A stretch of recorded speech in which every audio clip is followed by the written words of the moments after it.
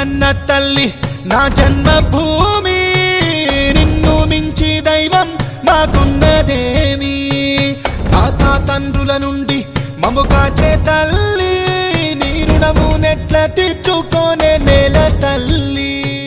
2013 June 2 Peddapalli MP G Vivekananda మరో MP మందా జగన్నాథం మాజీ MP కేకేతో కలిసి టీఆర్ఎస్ లో చేరిన రోజు. సుదీర్ఘ రాజకీయ అనుభవం ఉన్న కుటుంబం.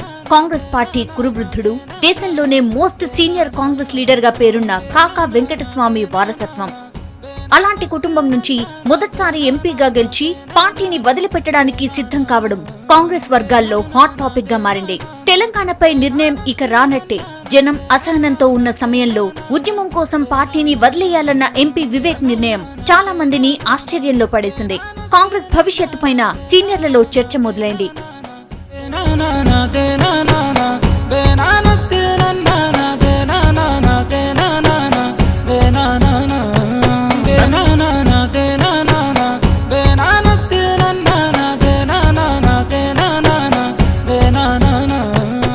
సరిగ్గా 2 నెలల తర్వాత 2013 జూలై 30 తెలంగాణ రాష్ట్రాన్ని ఏర్పాటు చేయాలని యూపీఏ నిర్ణయం. ఇదే నిర్ణయానికి మద్దతిస్తూ కాంగ్రెస్ వర్కింగ్ కమిటీ తీర్మానం. అందరిలోనూ ఆనందం. ఆ 2 నెలల్లో చాలా జరిగింది. పార్టీ భవిష్యత్తుపై కాంగ్రెస్ లో మొదలైన చర్చ తెలంగాణపై తేల్చక తప్పదన్న ఒత్తిడి తెచ్చింది. అది ఏ నిర్ణయం అన్న దానిపై తీవ్రంగా ఆలోచించేలా చేసింది. చివరికి తెలంగాణ ఆకాంక్షను నెరవేర్చడమే సరైన నిర్ణయమన్న ఆలోచనకు వచ్చింది కాంగ్రెస్. पहला सवाल ये था, कितना कठिन था आपको ये रेजोल्यूशन भी है कि काफी कठिन था और काफी चर्चा के उपरांत ही ये निर्णय पर हम लोग पहुंच पाए हैं और मैं समझता हूं कि इससे ज्यादा कंसल्टेशन प्रोसेस हो नहीं सकता था. 1969 తెలంగాణ ఉద్యమంలో కీలక పాత్ర పోషించిన కాకా వారసుడు మలివిడత ఉద్యమం చివరి మలుపులో పోషించిన రోల్ ఇదే. రాజకీయాలతో సంబంధం లేకుండా బిజినెస్ మ్యాన్ గానే పేరు తెచ్చుకున్న వివేకానంద తండ్రితోనే ఉంటూ ఆయన ఎన్నికల ప్రచార బాధ్యతలకే పరిమితమయ్యారు.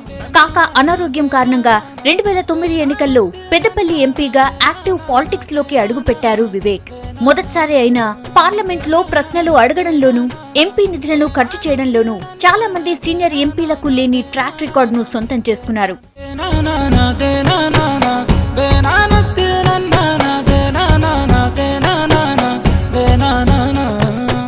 ఎంపీగా బాధ్యతలు నిర్వహిస్తూనే 2009 తర్వాత జనంలో పెరిగిన తెలంగాణ ఆకాంక్షను గుర్తించి ఉద్యమంలోకి అడుగుపెట్టారు వివేక్. అధికార పార్టీ ఎంపీగా కొన్ని పరిమితులున్న తోటి ఎంపీలతో కలిసి పోరాటంలో పాల్గొన్నారు. 3.5 ఏళ్ల పాటు సాగిన ఉద్యమంలో కీలక పాత్ర పోషించారు. పార్లమెంట్లో నిరసనలు, బయట ప్లకార్డులు, నినాదాలతో హోరెత్తించారు.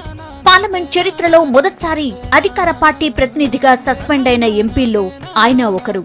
ఉద్యమాన్ని అణిచివేస్తున్న సొంత పార్టీ సీఎం ని కూడా ఎదిరించారు వివేక్. తెలంగాణ వాదం వినిపిస్తూనే సీఎంతో సర్దుకుపోయే కొందరు టీ కాంగ్రెస్ నేతలకు భిన్నంగా ముందుకు సాగారు. రైల్ రోకో ఉద్యమంలో, సాగరహారం సమయంలో సీఎం క్యాంప్ ఆఫీస్ దగ్గర నిరసనలో అరెస్ట్ అయ్యారు ఎంపీ వివేక్.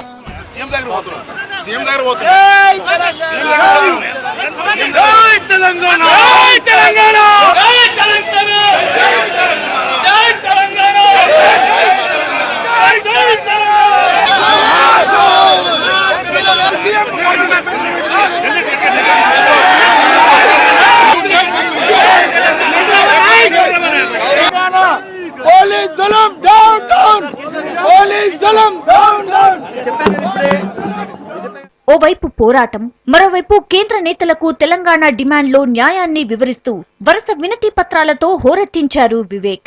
విభజన జరిగితే 2 ప్రాంతాలకు జరిగే ప్రయోజనాలను వివరిస్తూ అనేకసార్లు సోనియా గాంధీకి, ప్రధానమంత్రికి, రాష్ట్రపతికి, గ్రూప్ ఆఫ్ మినిస్టర్స్ కు వివరంగా రిపోర్టులు ఇచ్చారు.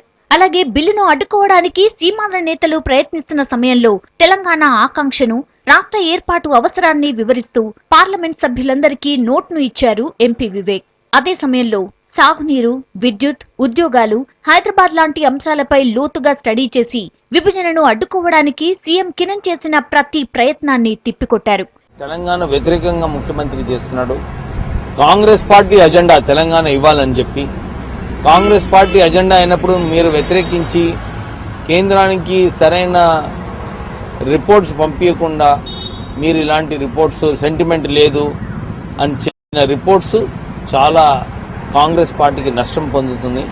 అందుగురించి ఈ సమయం వచ్చినప్పుడు మీరు తెలంగాణకు ఏదైతే పార్టీ ఎజెండా ఉందో దానికి ఒప్పుకుంటే బాగుంటుందని చెప్పి మా నివేదిక. తెలంగాణ బిల్ ఓకే అయ్యే చివరి క్షణం వరకు కేంద్ర స్థాయిలో ఒక్కొక్క నేతను కలుస్తూ వచ్చిన ఎంపీ వివేక్ రాజ్యసభలో బిల్లు ఆమోదం పొందగానే ఉద్వేగంగా స్పందించారు. త్యాగాలు చేయడము, ముఖ్యమంత్రి మా పైన కేసులు పెట్టడము ఇవన్నీ కూడా చాలా చిన్న విషయం.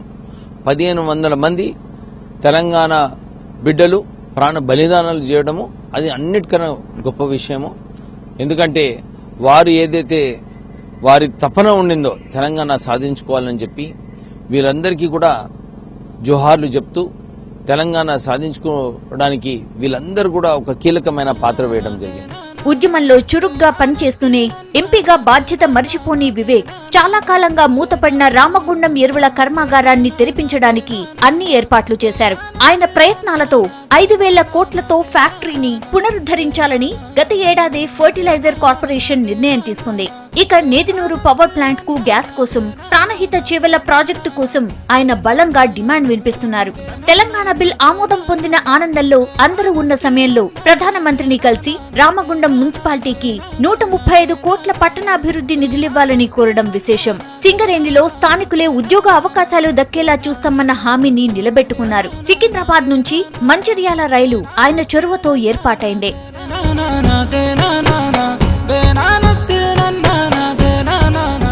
తాను జీవించి ఉన్నప్పుడే తెలంగాణ రాష్ట్రాన్ని చూడాలని ఆశించిన కాక ఆ చరిత్రాత్మక ఘట్టాన్ని చూసుకోవడమే కాదు, ఉద్యమంలో తన వారసుడు ముందుండడాన్ని చూసి ఆనందంతో పొంగిపోతున్నారు. 1969 ఉద్యమంలో కాకా జైలుకు వెళ్తే 40 ఏళ్ల తర్వాత మలివిడత ఉద్యమంలో ఆయన వారసుడు జైలుకు వెళ్లడం పెద్ద విశేషం. దశాబ్దాల ఆకాంక్షకు ఈ కుటుంబానికి మధ్య విడదీయలేని అనుబంధం ఇది. తల్లి నా జన్మభూమి, నిన్ను మించి దైవం మాకున్నదేమి, తాత తండ్రుల నుండి మము కాచే తల్లి, నీ రుణము నెట్ల తీర్చుకోనే నేల తల్లి.